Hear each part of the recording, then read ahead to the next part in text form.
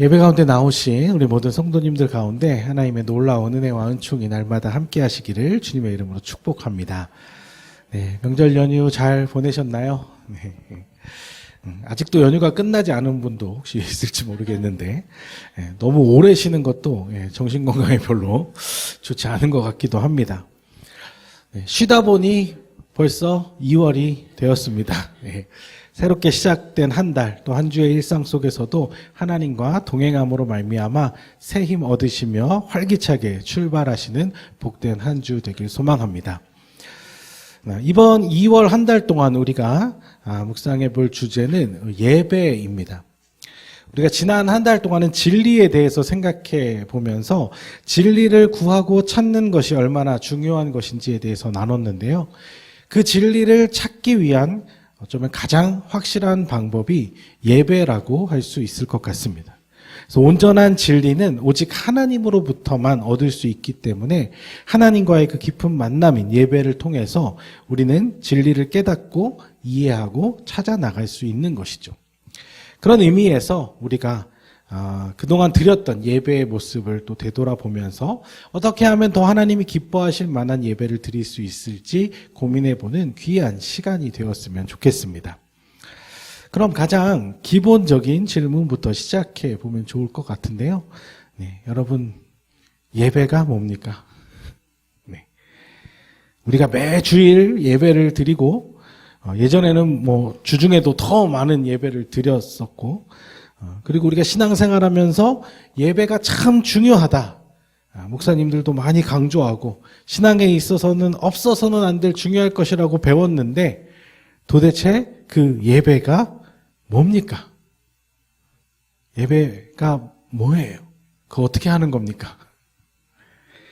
예배 시간에 참석해서 앉아 있으면 되는 겁니까? 늦게라도 와서 그냥 설교 말씀이라도 들으면 예배가 되는 겁니까? 아니면 열심히 노래 연습해서 이렇게 성가대 속에 앉아서 이렇게 같이 찬양을 하면 그게 예배가 되는 겁니까? 어떻게 하는 것이 좋은 예배고 어떻게 드리는 것이 잘 드린 예배라고 할 수 있는 것일까요?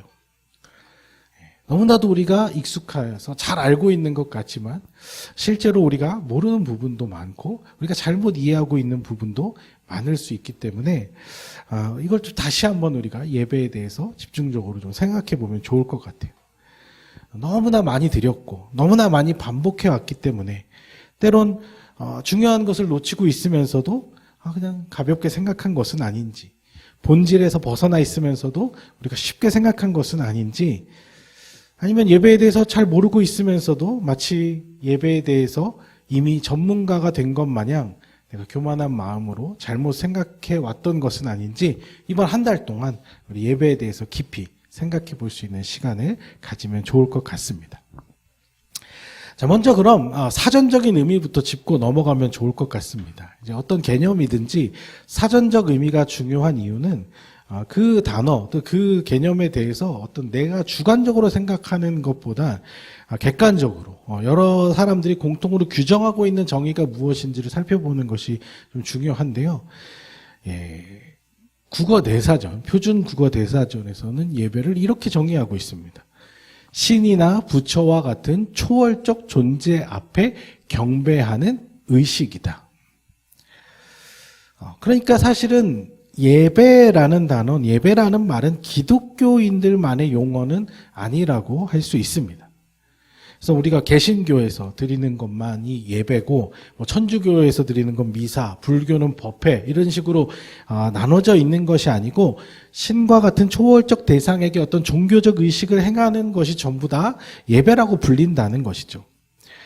그리고 그런 의식을 행하는 이유는 뭐냐면 경배가 있어요. 경배하는 마음. 경배라는 것은 또 어떤 말이냐면 존경하는 마음으로 엎드린다, 절한다, 이제 그런 의미거든요. 그러니까 신이나 초월적인 대상의 존경을 표하는 모든 의식이 다 예배라고 정의할 수 있다는 것입니다. 하지만 우리가 그런 일반적인 개념에서의 일반적인 종교의식에 대한 예배, 이것을 우리가 지금 배우고자 하는 것은 아니니까 우리가 드리는 예배와 일반적인 종교의식 간의 공통점은 뭐고 또 차이점은 무엇인지 이 정도만 이해하면 될 것 같아요. 그래서 우리가 드리는 그럼 예배의 차별점, 그러니까 일반적인 종교 의식과의 차별점은 무엇이냐? 다른 종교와는 확연하게 구별되는 특별함은 무엇이냐? 그것이 뭐냐면, 이제 우리의 믿음 안에는, 우리의 믿음의 내용 안에는 하나님 외에는 어떤 신도 진짜 신이 될 수 없죠. 하나님만이 유일하신 하나님이 될 수 있는 것이죠.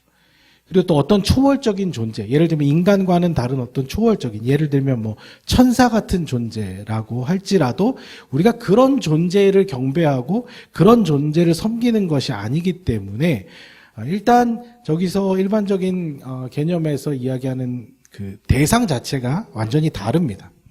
그래서 우리 입장에서는 어떤 사람들의 인식 속에서 만들어낸 거짓 신들이나 추상적이고 초월적인 대상에 대해서 존경을 표하는 것까지 그걸 다 예배로 인정할 수는 없기 때문에 그래서 우리의 예배를 저 개념에서 조금 바꿔서 일반적인 개념의 예배와 단어와 좀 구분 지어서 정의하면 이렇게 조금 바꿀 수 있을 것 같아요. 왜냐하면 유일하신 하나님께 경배의 마음을 담아 드리는 의식이다.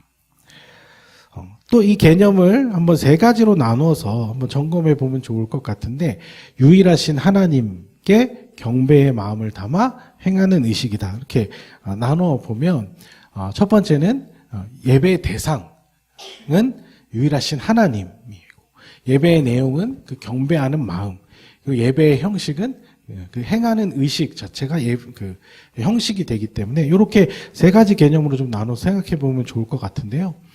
먼저 오늘 본문의 말씀 우리가 다시 한번 읽어보도록 하겠습니다. 46편 10절 말씀 읽겠습니다. 시작. 이르기를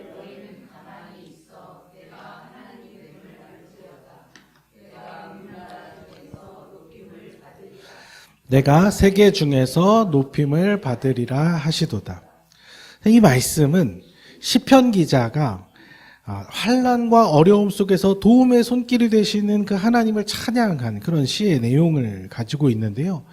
이 시편 기자는 우리가 그저 가만히 있으면서 하나님이 참 하나님이 된다는 것을 아는 것, 하나님을 도저히 알 수 없는 미천한 존재인 인간이 하나님의 존재를 인식하고 하나님이 하나님 되신다는 것을 느끼는 것, 그것이 얼마나 놀라운 일인지를 지금 노래하고 있는 것입니다. 예배에는 이 놀라운 일들을 반복하는 것입니다.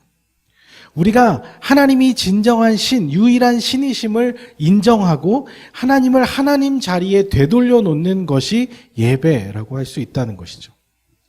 자, 보이지 않는 하나님. 그래서 많은 사람들은 있는지 없는지조차도 잘 몰라 하는, 그래서 그걸 잘 느끼기 어려운 이 신적 존재를 실제로 존재하는 분이라고 받아들이면서 인정하며 그분이 온 세상을 다스리시는 창조주이시고 또 우리를 직접 만드시고 존재케 하신 우리의 아버지 되시며 죄로 인해 망가진 우리를 사랑으로 구원해내신 구원자라고 고백하고 찬양하고 선포하는 것이 예배인 것입니다. 예배는 그렇게 하나님이 하나님 되심을 드러내는 것, 하나님만이 높임을 받는 것, 하나님으로 충만한 시간이 되는 것이 예배인 것입니다.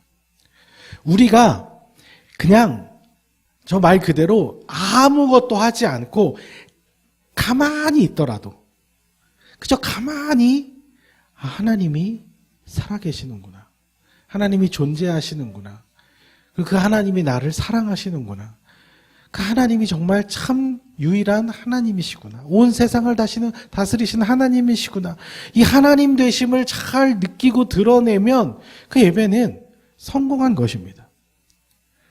그런데 때로는 주객이 전도될 때가 있다는 것이죠. 예배의 주인공이 하나님이어야 되는데 하나님이 되는 것이 아니라 예배를 드리고 있는 인간에게 너무 초점이 맞춰져서 인간이 더 드러나는 예배가 될 수 있다는 것입니다. 그래서 예를 들어서 우리가 결혼식 참석할 때 이제 여성분들은 이제 드레스 코드를 좀 주의해야 되는 게 너무 이제 새하얗고 화려한 이제 이런 옷을 입고 가면 이게 예의가 아니잖아요. 신부보다 더 이렇게 돋보이고 그렇게 되면 이제 더 눈에 띄고 이러면 그게 신뢰가 되는 거잖아요. 그런 것처럼 하나님을 높이기 위해 하나님을 찬양하기 위해 준비한 것들이 하나님보다 더 돋보이게 되면 주객이 전도될 수 있다는 것입니다. 현대의 예배는 겉으로는 굉장히 화려한 것 같지만 그 화려함이 예배를 더 가치 있게 하는 것만은 아니라는 것입니다. 어쩌면 그 화려함이 예배를 방해할 수 있음을 주의해야 한다는 것이죠. 예배를 준비하는 자나 참여한 회중이나 다 마찬가지입니다. 자, 어떤 식으로 변질될 수 있냐? 예를 들면 성가대원으로서 이 노래 연습에 집중하느라고 예배 가운데 이 마음을 하나님께 집중하지 못한다. 찬양팀에서 반주팀으로 섬기는데 자기가 악기 연주 신경 쓰느라 예배 시간 내내 머리가 분주하고 복잡하다. 이러면 예배를 섬기려다가 예배를 실패하는 일이 벌어질 수 있다는 것입니다. 그럴 바에는 차라리 아무것도 하지 않고 가만히 있어도 되니 그저 가만히 하나님을 묵상하고 하나님이 하나님됨을 경험하는 그 예배가 훨씬 더 바른 예배라는 것이죠. 그런데 재밌는 것은 예배가 그렇게 중요하다고 강조하는 목회자들도 그런 분들이 좀 예배에 또 집중하고 싶어서 사역 좀 내려놓겠다 그러면 받아주는 사람이 없어요. 물론 가장 좋은 방법은 그 사역을 감당하면서 하나님께 집중할 수 있는 훈련을 하면 최선이겠죠. 그런데 안타까운 것은 아무래도 보이는 것, 드러나는 것이 더 우선시되다 보니 예배 가운데 하나님께 집중하는 일은 그냥 개인이 알아서 하는 일로 치부되어 버린다는 것이죠. 그런데 온 예배를 준비하는 자나 예배를 참여하는 자나 다 한 마음이어야 되는 건 오늘 이 시간 내가 하나님을 더 깊이 경험하고 가겠다. 그 마음으로 이 예배를 함께 드려야 한다는 것이죠. 제가 아직 우리 성도님들에게 예배 시간에 필요한 어떤 예배 사역을 부탁드리지 않는 이유도 여기에 있습니다.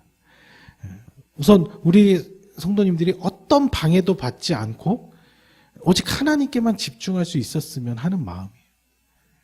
좀 지나친진 모르겠지만 사실은 이렇게 예배 끝나고 식사하는 것도 좀 방해될 때가 있어요. 예. 그런 것도 좀 더 마음에 쓰이는 거예요. 우리가 예배가 예배되게 하는데. 근데 이거 이렇게 한번 이렇게 넘기는 거 이거 뭐 어려운 일이라고 이거 누구한테 맡겨도 되지만 아직까지는 제가 마음이 성도님들이 그것 때문에 그거 신경 쓰느라 하나님 바라보지 못할까봐 더 예배에 집중하는 것이 먼저라 생각해서 아직은 그렇게 하고 있어요. 물론 이제 나중에 앞으로 이제 어느 정도 예배자의 모습으로 우리가 훈련이 되면 하나씩 부탁드릴 일도 생기겠지만 그 전까지는 먼저 좀 우리가 예배하면 하나님 집중하며 하나님만 묵상하고 하나님만 생각하고 하나님만 느끼는 그런 예배가 되기 위해서 그렇게 하는 것입니다. 우리 성도님들도 그 마음을 같이 함께 이해하시고 예배 시간 가운데는 우리의 생각과 마음을 빼앗는 어떤 것들이 있더라도 오직 하나님만 바라보시는 그런 예배를 드리시기를 축복합니다. 그런데 그러면 또 그냥 아무것도 안 하고 가만히만 있으면 뭐 예배가 되냐? 그렇지도 않은 것이 정말 가만히 하나님께 집중만 하면 되는 회중들 가운데도 예배를 실패할 수 있는 위험 요소가 있습니다. 뭐냐면 이것도 역시 주객이 전도되는 건데 내가 예배를 판단해 버리는 경우가 될 수 있다는 것입니다. 예를 들면 예배를 드리면서 또 예배를 드리고 나서 은혜 받을 수 있어요. 너무 예배에 좋은 하나님과의 그 경험을 통해서 은혜 받을 수 있는데 예배를 드리고 나서 오늘 예배 좋았다. 오늘 설교 좋았다. 오늘 찬양 괜찮았다. 이런 식의 평가를 내리는 모습이 우리 안에 있을 수 있다는 것입니다. 그럼 내가 보기에 좋으면 예배가 잘 된 거고 내가 보기에 별로면 예배가 잘못된 것입니까? 그건 아니라는 것이죠. 내가 예배 가운데 어떤 감동을 느끼지 못하면, 내가 예배 가운데 어떤 새로운 깨달음을 얻지 못하면, 예배가 내 생각하는 방식대로 잘 진행되지 않으면 오늘 예배 별론데, 이 교회는 좀 예배가 그렇다, 이런 식으로 나도 모르게 평가자의 위치에 서게 될 수 있다는 것이죠. 이런 모습은 자칫 자기 만족을 위한 예배로 전락해버릴 수 있다는 것입니다. 예배의 중심이 나로 향해 있을 때 하나님을 위한 시간이 아니라 나를 위한 시간. 근데 여러 성도님 중에 혹시 그런 마음이 있는 분이 여기에는 없겠지만 그런 분들이 있어요. 그냥 나 위로받으려고 예배 참석하고, 나 그냥 일주일 동안 힘들었던 거 그냥 하나님한테 그냥 털어놓고 토닥토닥 그냥 자기 위로받으려고. 그거는요, 우리가 예배 가운데 하나님을 만났을 때 자연스럽게 하나님께서 우리에게 주시는 마음이고요. 먼저는 우리가 하나님께 집중한 예배를 드려야 된다는 것이죠. 내 만족을 채우는 것이, 내 어떤 신앙심을 채우기 위한 것이 예배가 아니라는 것입니다. 심지어는 더 나아가서 예배 잘 드려서 뭐 얻으려고, 복 받으려고, 내 예배 잘 드려서 이번 한 주 안 좋은 일 안 생기게 하려고, 그런 마음으로 예배를 드리는 것이 잘못된 예배를 드리도록, 우리가 실패한 예배가 드리도록 우리의 마음을 흔들어 놓을 수 있다는 것입니다. 혹시라도 나도 모르게 그런 마음으로 예배를 평가하고 예배를 판단하는 일에 익숙해져 있다면 지금이라도 우리는 그 마음을 멈춰야 합니다. 주의해야 합니다. 왜냐하면 그런 태도는 유일한 예배를 받으시는 대상인 유일한 그 하나님의 자리에 내가 올라가 있는 것 같은 오만한 태도가 될 수 있기 때문입니다. 예배는 내가 받는 것이 아니고 내가 평가하는 것이 아니고 내가 하나님께 드리는 것입니다. 예배를 드리는 것이 나고 예배를 받으시는 분은 오직 하나님이시라는 것입니다. 예배의 가장 기본이 되는 개념, 이것을 절대 놓쳐서는 안 된다는 것이죠. 오직 예배의 중심은 오직 하나님이셔야 한다는 것을 절대 놓치지 마시고 하나님만을 높여드리는 바른 예배로 나아가시는 우리 모든 성도님들 되시기를 주님의 이름으로 축복합니다.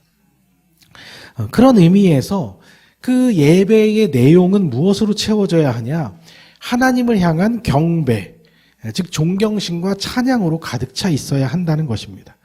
오늘 본문 다시 읽어보도록 하겠습니다. 이르시기를 너희는 가만히 있어 내가 하나님 됨을 알지어다. 내가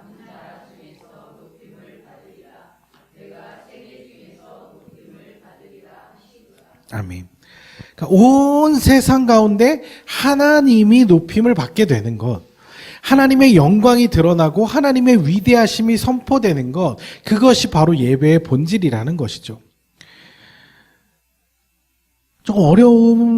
좀 추상적이고 좀 어렵게 생각하실 수 있는데 별거 아닙니다. 우리의 예배의 내용을 가득 채워야 하는 것은 그냥 너무 쉽게 표현하면 이거예요. 그냥 하나님 짱입니다. 하나님이 짱이세요. 하나님 최고입니다. 하나님 대박이에요. 이런 고백들이 우리 모두에게 풍성하게 넘쳐나는 것이 예배인 것입니다. 또 예를 들면 여러분들 그 메달 세레머니 아시죠? 이제 올림픽 하고 나면 경기를 다 치르고 나서 이제 순위가 다 결정이 되면 1, 2, 3 다 결정이 되면 이제 그 경기 끝나고 잠시 후에 조금 한 30분 기다리면 메달 세레머니를 합니다. 그 순위에 따라서 1위부터 3등까지 이제 단상에 올라서 메달을 주고 축하하고 국가가 울려 퍼지고 이런 걸 하잖아요. 그런 것과 예배와 굉장히 닮아 있는 모습이 있다는 거예요. 자, 경기 결과가 그렇게 만약에 다 나오고 나서 그 세레머니를 안 하고 1, 2, 3등 경기 끝나고 그냥 그 세레머니 아니고 끝난다. 그래도 달라지는 건 없습니다.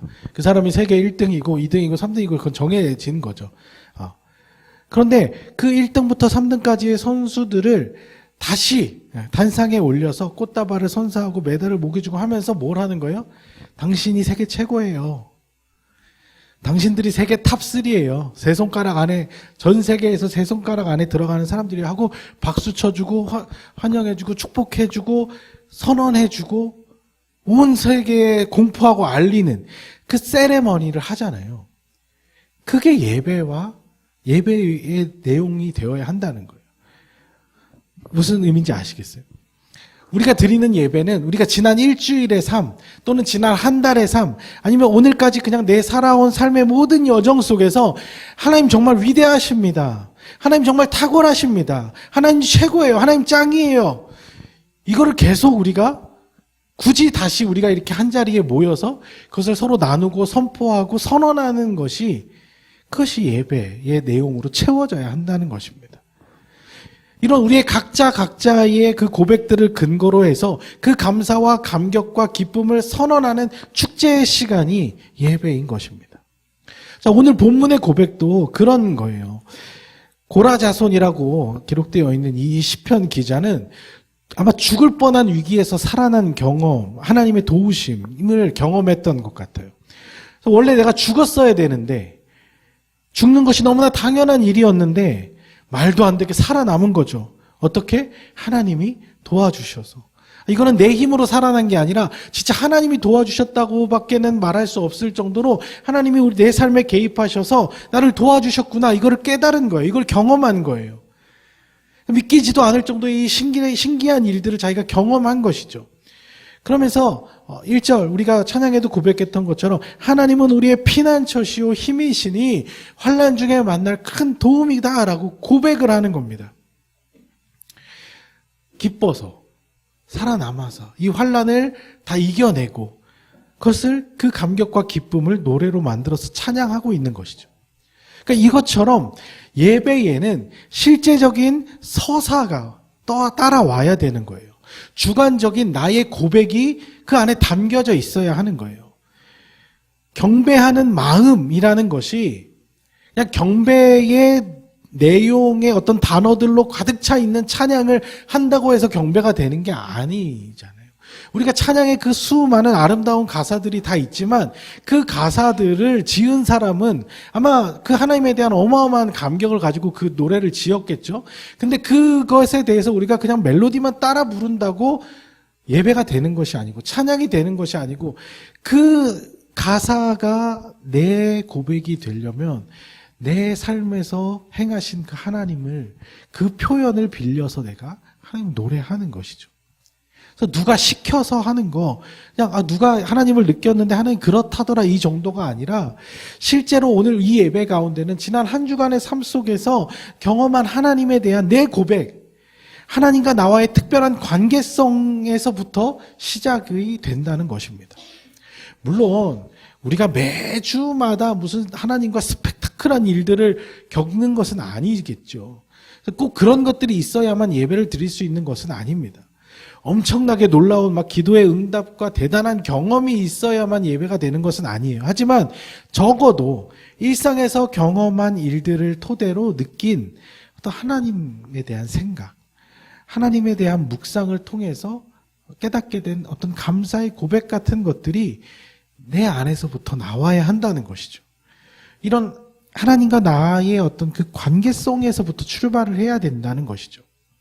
그렇지 않으면 예배 때 부르는 이 찬양의 가사들은 다 피상적이 될 수밖에 없고 우리가 함께 드리는 이 기도의 내용은 딴 세상 얘기가 될 수 있고 설교를 통해 듣는 이 말씀은 그냥 뭐 듣기 좋은 교훈 정도로 남아버릴 수 있다는 것입니다.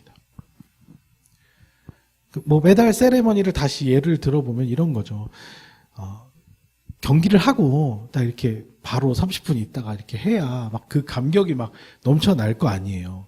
근데 이제 그런 경기 안 하고 뭐 코로나나 뭐 무슨 대회 사정상 경기 안 하고 그냥 지금까지 한 올해 1년 동안 그냥 쌓였던 랭킹 세계 랭킹 1, 2, 3위 그거 해놓고 그냥 준다고 하면 뭐 그쵸 세레머니 하긴 하는데 그만큼의 감격이 없죠. 방금 30분 전에 치열한 그 경쟁을 통해서 경기를 벌려서 우승하고 나서 1등 하고 나서 그러고 나서 바로 드리는 거하고 그 느낌 자체가 다를 거 아니에요.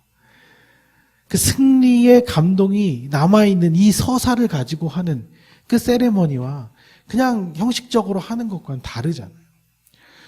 우리가 지난 한 주의 삶을, 지난 한 주는 특별하게 이제 뭐 연휴로 보냈지만, 우리가 일상에서 뭐 바쁘게 이거저거 하면서 살다가 어쩌다 보니 일주일 동안 정신없이 살다 하나님 생각 한 번도 안 하다가 아이고 벌써 주일이야 하면서 와가지고 앉아서 예배를 드리는 거하고, 내가 매일매일 순간순간 일어나는 일들을 기도하는 마음으로 하나님과 대화도 해보고, 말씀 묵상하면서 말씀을 통해서 하나님과 어떤 내 삶을 정리도 해보고, 또 새로운 찬양을 들으면서 또 가사를 통해 지난 일들을 되돌아보기도 하고, 그렇게 하나님과 관계를 맺으면서 한 주를 보내다가, 맞아요, 하나님 정말 하나님밖에 없어요, 하나님 내 삶의 정말 주인이세요, 하나님 너무 사랑해요, 이렇게 하는 고백하고는 완전히 그 예배의 질이 달라진다는 것이죠. 꼭 하나님을 향한 존경심뿐만이 아니더라도 그 하나님과 매일매일 동행하면서 느끼는 희로애락의 모든 감정들, 그 삶의 노래가 찬양이 되어 드리는 예배가 어찌 아름다운 예배가 되지 않겠습니까? 그 예배를 잘 드린다는 것은요, 여기서 주일날 한번 멋진 퍼포먼스를 한번 하는 것이 아니라는 거예요. 왜냐하면 하나님은 우리의 삶의 모든 구석구석을 다 아시는 분이기 때문입니다. 하나님은요, 사실 이미 우리가 무슨 생각으로 한 주간을 살았고 어떤 기분으로 지금 이 자리에 나와 앉아 있는지 이미 다 아셔요.